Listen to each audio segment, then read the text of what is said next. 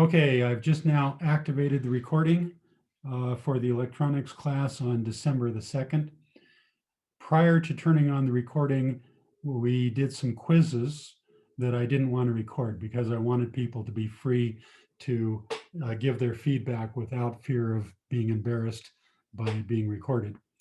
Okay, and the very last question on the quiz was to identify what this symbol is right here. And more than half of you did not know what it was, which is okay because we hadn't learned about it yet. But today is the day that we are going to learn about it. But almost half of you recognize that it is something called a capacitor. All right, so capacitors are things that you need to know a little bit about, but only a little. Knowing how to use a capacitor is the subject of an advanced electronics class, or at least an intermediate advanced electronics class, which is not what this class is. This class is a beginning electronics class. So you don't need to know the details of how to use a capacitor, but you do need to know in general terms what a capacitor is, and you need to know a couple of the things that it is used for, even though you may not know how specifically to use them. Okay, so let's talk a little bit about what is a capacitor and what's it used for. I have a couple videos that I have placed on Canvas that I'm going to try to play for you. My past experience has been that playing videos over Zoom generally doesn't work very well. There's usually a whole lot of lag, but let's give it a try. Let's see if it's going to work for us. Okay, so this is tonight's homework on Canvas. You'll see I've got 2 videos. I also have a link here that's really good. If you click on this link, it'll take you to a section from that same online electronics textbook that we've been using all year up until now. So they have a chapter in there that talks about capacitors.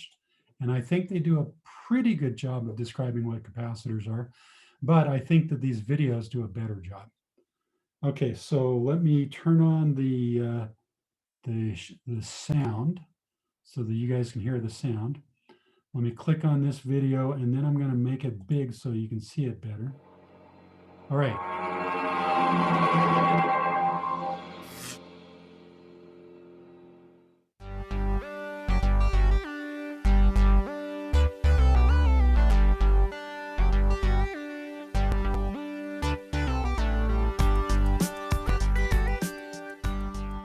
A capacitor is similar to a battery in that both store electrical energy, but a capacitor is a much simpler device that can't produce new electrons. It only stores them.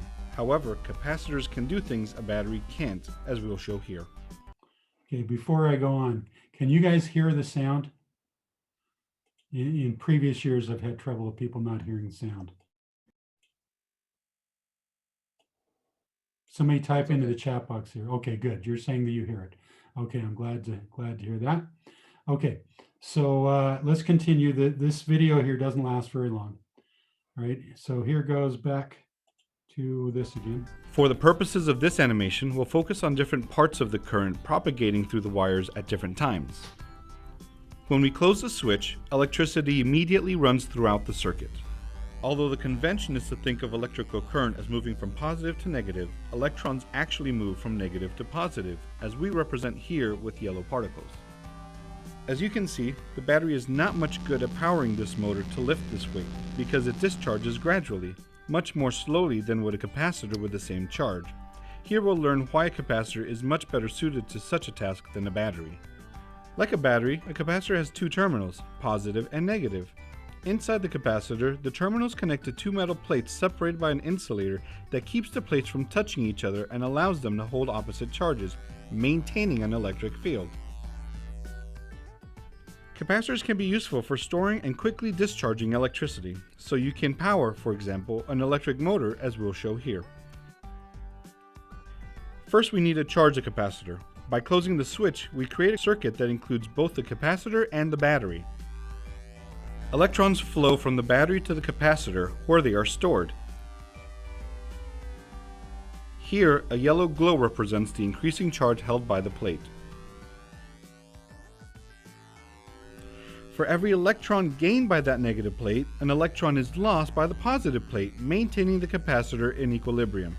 Here, the red glow represents the positive charge held by the plate that increases with each parting electron. The capacitor continues to charge until it attains the voltage of the battery charging it. Now that the capacitor is fully charged, let's put all that stored energy to use. By connecting it to a new circuit, we can power a small motor. This electrical current powers the pulley to lift the weight until the charge dissipates. The electrons on the capacitor's negative terminal are drawn to its positive terminal. They rush along the path that leads there, straight through the motor. Let's watch this again. Okay, so they're charging the capacitor right now.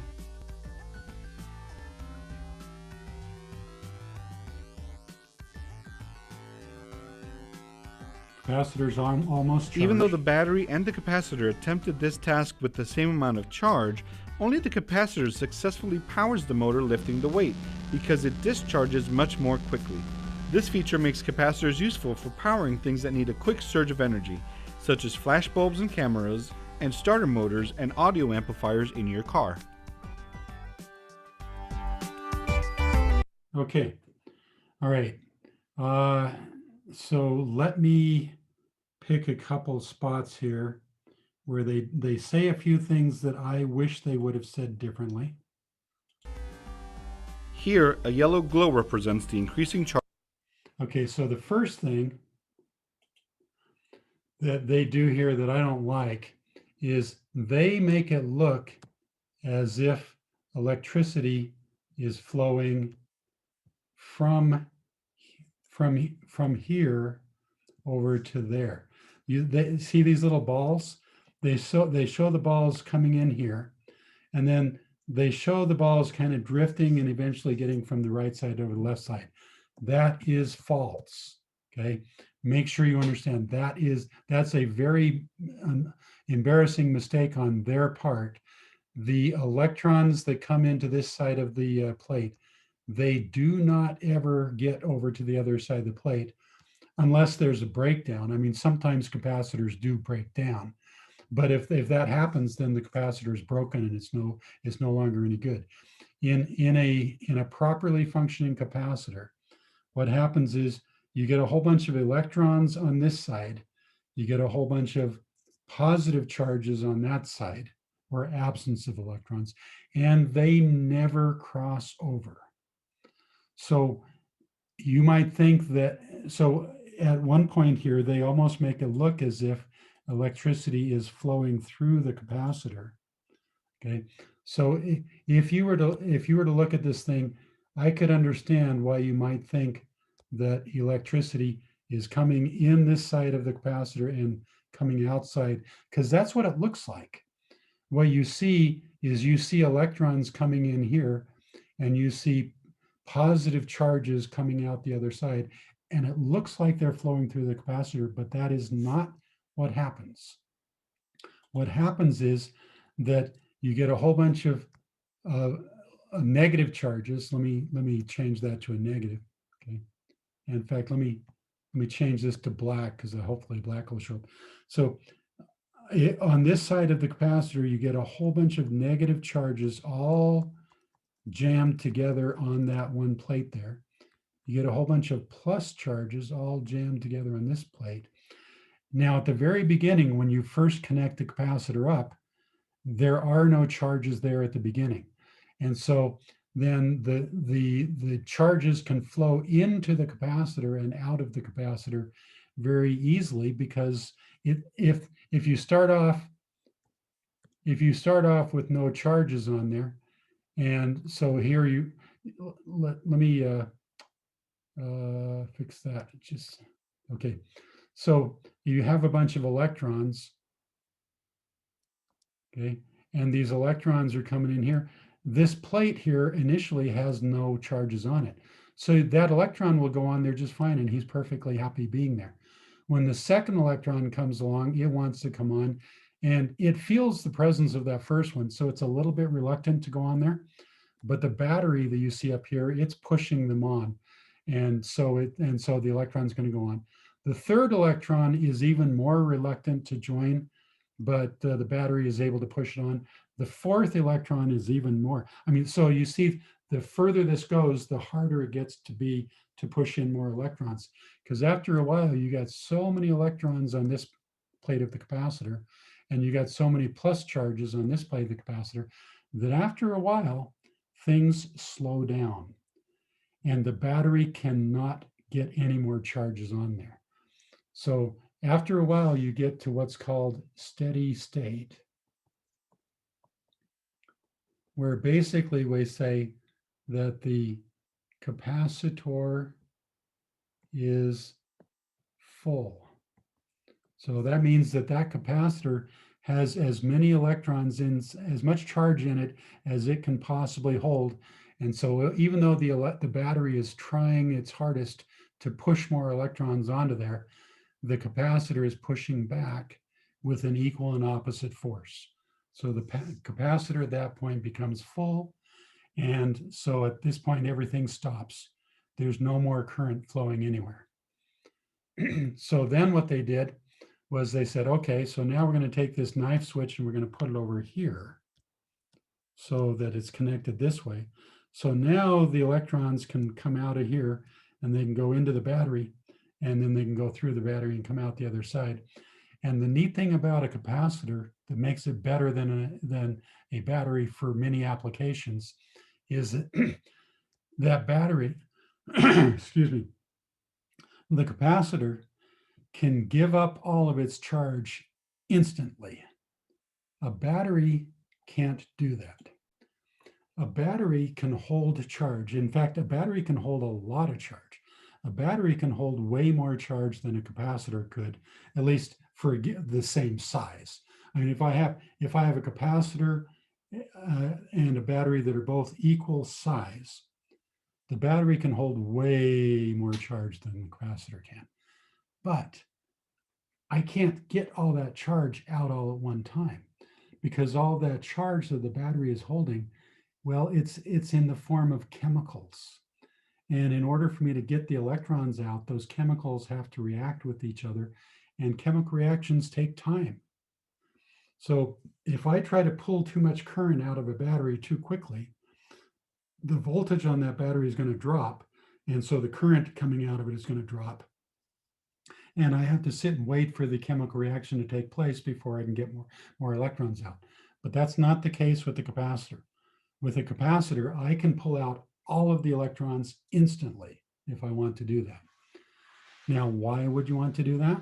Well, how about if you've got a camera and you want to have a flash for your camera? Okay, so what you need is a burst of electricity that goes through that flash bulb on your camera really, really fast. Well, batteries can't give you that big of a burst instantly, but a capacitor can. Okay. So what you do is you charge up a capacitor, and then when you need to use the flash on your camera, you get the charge out of the capacitor, not out of the battery. Comes in really handy. So you see, capacitors are good for that application. Now, capacitors are also good for another application. And the best way to explain that is for me to open up a whiteboard. Okay. So let's suppose that you've got an integrated circuit.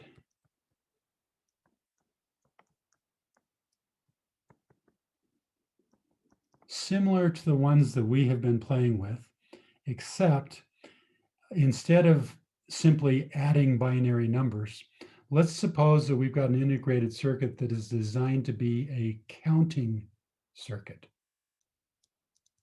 Okay, so what that means is, so let's suppose this is my IC. Okay, and let's suppose this is my input to the IC. Okay, and so what I want to do is I'm gonna send in a bunch of blips. So if I look at the voltage as a function of time on my input line here, I'm going to send in a blip, and then I'm going to wait, and then a little way later, I'm going to send another blip. And then, and maybe this time I don't wait quite so long, and then I send another blip. And this time I wait for a long time, and then I send a blip. Okay. So let's suppose that I am interested in knowing how many blips I got. I couldn't care less what was the time in between the blips. I just want to know how many blips I got. Okay, so when the first blip comes in, this counter, it remembers, okay, there's one blip. When the second blip comes in, the counter changes it to a 2. The third blip comes in, counter changes it to a 3, and so forth and so on. So each time a blip comes in, that's something that I want to keep track of. It turns out that that's actually a fairly common thing that a lot of electronic circuits need to do for various reasons. Okay. Now, the real world has a lot of complications in it. Later, we're going to learn about something called an inductor, which I don't want to go into any detail basically right now, but when you take physics from either me or from Mrs. Whitbeck Zacharias, you're going to learn that when electricity is flowing through a wire, in the region of space around that wire, you get a magnetic field.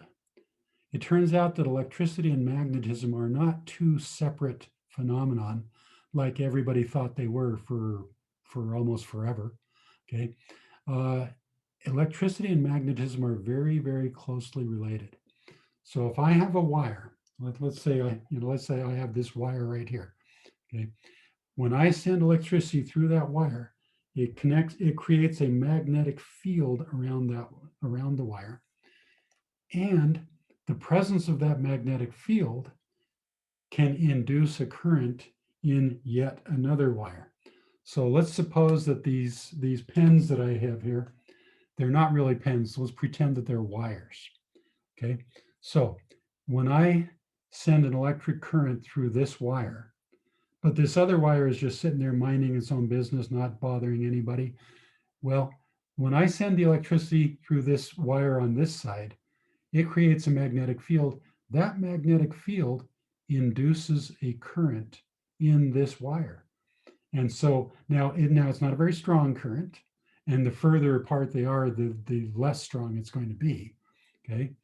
But it's enough that there will be a little bit of electricity starting to flow through this wire simply because it is feeling the magnetic field that's created by this wire over here.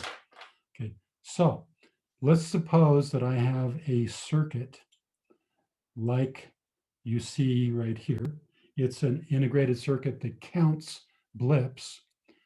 Okay, but in the time period that you see right here where it's supposed to be blank, let's suppose that somebody in the room flips on a light switch. And so electricity starts flowing through the wires to come into the light up above my head. Well, the act of turning on that light switch can create a momentary blip that is so skinny that it looks almost like it's just a vertical line there. In fact, let me do that again. Okay, so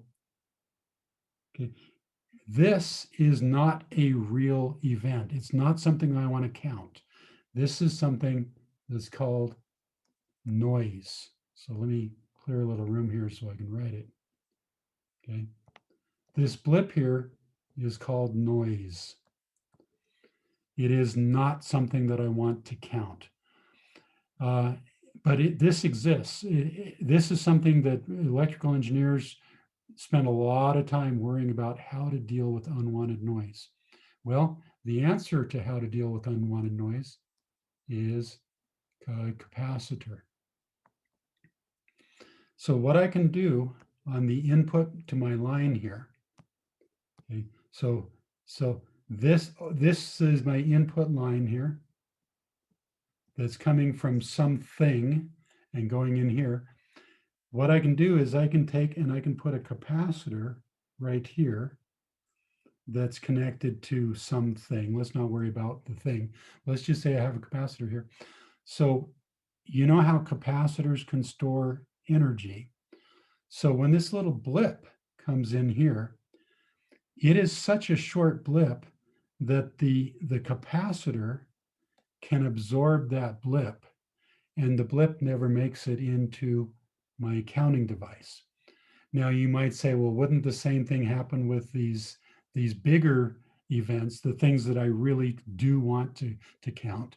Let's suppose one of these big events comes along.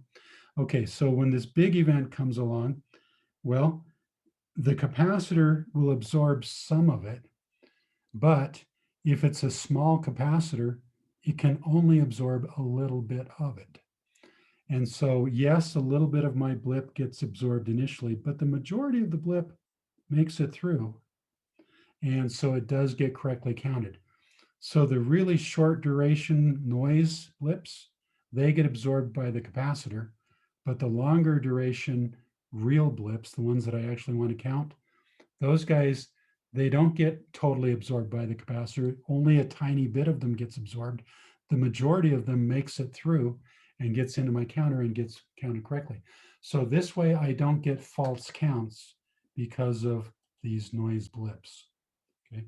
So this is a very, very important application of capacitors. There are so many devices that if you look on these devices, you'll find capacitors on them. Here is an Arduino. You see these two little cylindrical things right there? Those are capacitors. Why are they there? To absorb noise blips. Okay, so almost any advanced electronic device is going to have capacitors in there, and the reason it has capacitors is in order to absorb these noise blips. So it turns out the capacitors are really, really important devices. Now, if I wanted to calculate how big of a capacitor I wanted to use, well, that's beyond the scope of this class. You will not be asked that in the test that you take on January. The only thing that you'll be asked on the test that you take in January is they'll give you a bunch of schematic symbols and they'll ask you, what is this thing? And so you just need to be able to recognize that it's a capacitor. Okay. Now, some people get confused because this symbol right here for a capacitor, at first glance, it looks kind of like the symbol for a battery. Because remember, what is the symbol for a battery? Let me try that again. Okay, so the symbol for a battery is this. So how do I know the difference between a battery and a capacitor? Well, with a battery, one of the lines is longer and the other line is shorter. Whereas with a capacitor, the two lines are both the same length. Okay. Now, some people say, well, even that could potentially be confusing. So what some people do is they prefer to use this symbol instead, where one of the plates here is curved and the other one is flat. And the reason they like that is because there's less chance of people accidentally confusing it with a battery.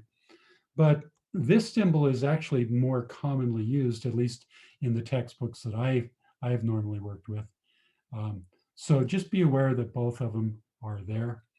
And just be aware that there are different types of capacitors. Some of the capacitors, they have to be hooked up so that one side of them gets hooked up to the plus and the other one gets hooked up to the minus. If you accidentally hook them up backwards, they will not work the way they're supposed to work. Other capacitors, that's not a problem. With these other capacitors, you can hook them up backwards and nobody would ever care because they work just as well backwards as they do. There is no backwards or forwards on most of them. Okay. All right. Now, another thing that they might ask you in the test on January is they might show you a photograph. And so you need to recognize what a capacitor looks like. And so you can see they come in several different varieties. The really big capacitors, the ones that can hold a lot of charge, are almost always cylindrical capacitors. And so you got like a really, really big cylinder here. You got a medium-sized cylinder. Here you got a smaller cylinder. Okay, so when you see a cylindrical device in your electronic circuit, odds are good that it's a capacitor, although that's not a guarantee because there are other components that we're going to learn about later that that also are cylinders. But most of the time, if you see a cylinder in your circuit, most of the time it's a capacitor that can hold quite a substantial amount of charge. Now, if you were to use one of these really big capacitors in order to filter out the noise on your on that counter that we were talking about, that integrated circuit that was counter, if I were to use a capacitor that was this big, it wouldn't work for me because it would absorb all of the blips, not just the noise ones, but even the real ones that are ones that want to count. This capacitor is so darn big, it'll absorb everything. And so it's not gonna do the job. Okay, so I need a smaller capacitor. These capacitors, actually, let me clear that. So these capacitors that you see right here, these are more like little flat round discs. Okay, these are smaller value capacitors, and these are ones that are really good for absorbing only the noise blip, but letting the real blip get through. Okay, so that's what you see here. This guy that you see right here, he's got a little knob on the end, which I could put a handle on that and I could turn it. So if I were to twist that knob, what you'd see is that this thing can twist here. This is a variable capacitor.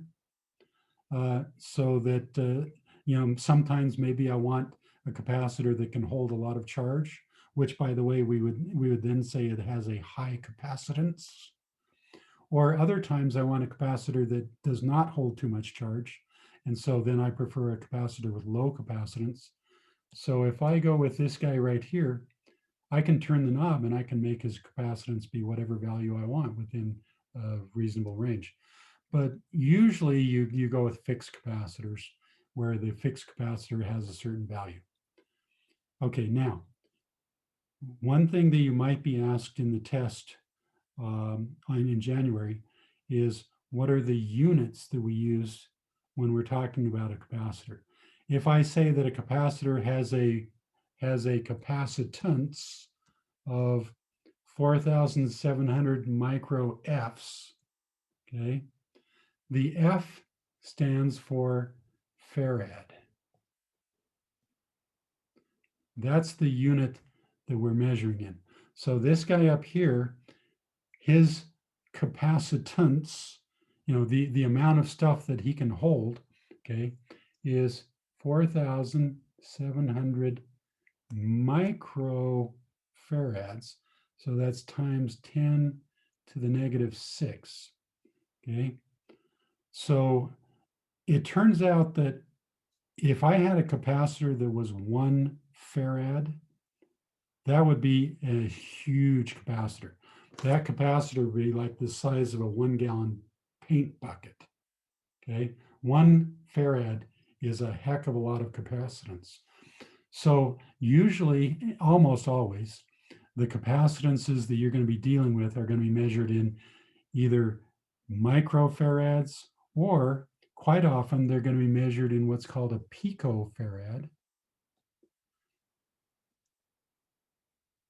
where a picofarad is 10 to the negative 9. Okay, so 10 to the negative 9.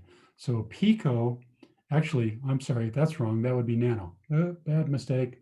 Okay, 10 to the negative 9 is a nanofarad. A picofarad is even smaller than that. A picofarad is 10 to the negative 12. Okay, so these guys right here, these are guys that where their capacitance is measured in picofarads. These other guys up here, their capacitance is measured in microfarads. And the big ones here, they actually write on the cylinder what it is. Okay, so like this, the big guy up here, you can actually, okay, so this big guy right here, they can just go ahead and say 4,700 microfarads. The 35 volts here, that just tells you what is the maximum voltage that this guy can handle. If I try to put more than 35 volts on it, then it might break down. But as long as I stay less than 35 volts, then this thing will work just fine. Okay. Let's see, what else should I tell you about these guys? I don't want to overwhelm you with too much information. What is a farad? That's something that you should know about. Okay, so what does a farad even mean? So if I say that I've got a capacitor and my capacitor has a capacitance of 1 farad, what does that mean? So 1 farad means that if I were to take a 1-volt battery, okay, so you see the one on the left, notice that the line up above is shorter than the line down below. So this guy is a 1-volt battery. Okay. If I were to connect that to a capacitor, if that capacitor had a capacitance of 1 farad, that would mean that when I connect this up and all the plus charges here start flowing into here and all the minus charges start flowing out, okay? And so I start building up charge here. And eventually I'll reach a point where my capacitor is now fully charged. Because remember, the plus charges cannot get through to the other side of that capacitor. That is a forbidden zone. That is a break in our circuit. Charges can build up on this plate here, but once this plate gets fully charged, then it cannot build up anymore. Okay, and then what's going to happen is that the flow of current here is going to stop once the capacitor gets fully charged. So if this capacitor has a capacitance of 1 farad, that means that a 1-volt battery is going to be able to put 1 coulomb of charge onto the plates here. Okay. Now, coulomb is something that we've talked about before. Hopefully you guys remember that when we were talking about electricity flowing through, and I said, what does an amp mean? What is an amp? Well, an amp means that we have 1 coulomb's worth of charges going through every second. So instead of measuring current by counting how many electrons per second pass by, because that would be a crazy thing to do because the number would be so big, we define this quantity that we call a coulomb of electrons. It's like a gallon of water. A coulomb of electrons is like a gallon of water. It's just a big number of electrons. Okay, so if I have a capacitor that has a capacitance of 1 farad, that means that a 1-volt battery would be able to put 1 coulomb's worth of charge onto the capacitor before the capacitor becomes fully charged, and then it's pushing back so that it won't allow any more charge to get on there. Now, what if I were to change that 1-volt battery for a 2-volt battery? A 2-volt battery has more pressure. So if I've got a capacitor that's been charged up as much as it can be by a 1-volt battery, if I then swap that 1-volt battery for a 2-volt battery, I can now put more charge onto it. And what I'll find is that when it's done, when that capacitor is fully charged, I will now have 2 coulombs worth of charge on the capacitor. Right. So the way that you measure it is you can find how many coulombs of charge can it hold when it's fully charged, divided by how many volts were on the battery that put the charge on there. So the easy way to do it is just say, well, I'm only going to work with 1-volt batteries. Okay, because that way when I divide, I'm always dividing by 1. Okay, so if I have a capacitor where I can get a half of a coulomb on there using a 1-volt battery, that means that the capacitance of the capacitor is a half of a farad, 1/2 farad, which you could, if you wanted to, you could write that as 500 millifarads. Okay, because 1/2 of a farad is 500 millifarads. Okay. All right, so that is really all that you need to know about capacitors. You don't need to know how to calculate anything. That's how to calculate what size of a capacitor you need for a certain application. That's the subject of a more advanced electronics class. For this class, all you need to know is, in general terms, what is a capacitor? What does it do? What are the units that we measure capacitance in? And what is the schematic for it? And that's all you need to know. Okay, so before you take the quiz today, I'm hoping that you will first watch the videos. Now, this video here, let's see. First, we need to charge. Okay, so we've already watched the top video. You don't need to watch that. The second video, I think, does a really good job of reinforcing everything that we learned up here, plus maybe talking about a few other things. I highly recommend you watch the second video. I also highly recommend that you click on this link here, and it will take you to a section in our electronics textbook that hopefully you recognize that. And it talks about capacitors, and it talks about something called the electric field.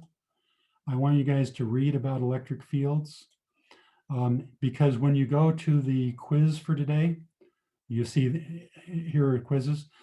One of the questions is here, it talks about electric fields. And so I am purposely not going to tell you about electric fields. I'm going to let you read about that in here. So before you take the quiz, please click on this link, read about electric fields, and then when you take the quiz, you'll know the answer there. Remember, my job as a teacher is not to spoon feed you everything you need to know. You guys need to be in the habit of being able to get information yourself from various sites. Okay, well, I'm thinking that's it for today. We still have another 15 minutes of class left. So if you want to, you can just go ahead and type "bye" into the chat box. But remember, class is not over. We still have 15 minutes left. Use the time to watch the video, read the website, and then, and only then, take the quiz for today. Right? So you can go ahead and type "bye" into the chat box and head out. If you had a question that you didn't want to ask because you knew it was being recorded, I'm going to stop the recording now so that you can then ask your question without being embarrassed.